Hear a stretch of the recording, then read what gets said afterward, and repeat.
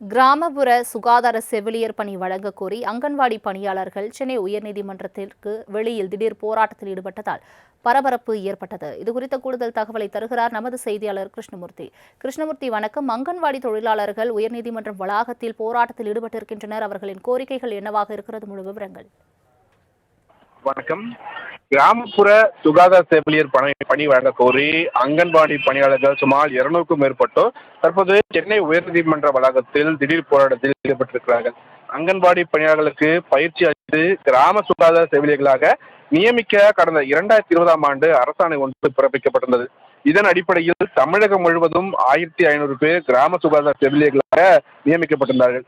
இந்த நிலையில் 2020ஆம் ஆண்டு அரசாணையை ரத்து செய்து 2023ஆம் ஆண்டு தமிழக அரசு புதிய அரசாணை ஒன்றை பிறப்பித்துள்ளது. இந்த அரசாணையின்படி அங்கன்வாடி பணியாளர்கள் மட்டுமல்லாமல் செவிலியர் பயிற்சி முடித்தவர்களும் நியமிக்கப்படுவர் என்று தெரிவிக்கப்பட்டிருந்தது.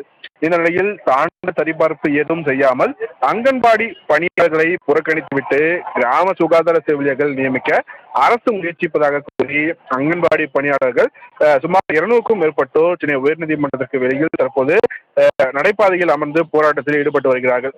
அரசின் உத்தரவின்படி 2 ஆண்டுகள் பயிற்சி பெற்ற தங்களுக்கு செவிலியர் பணியை நியமனம் வழங்க வேண்டும் என்றும் தொடர்ந்து அவர்கள் முழக்கங்களை ஏற்படுத்தி வருகிறார்கள்.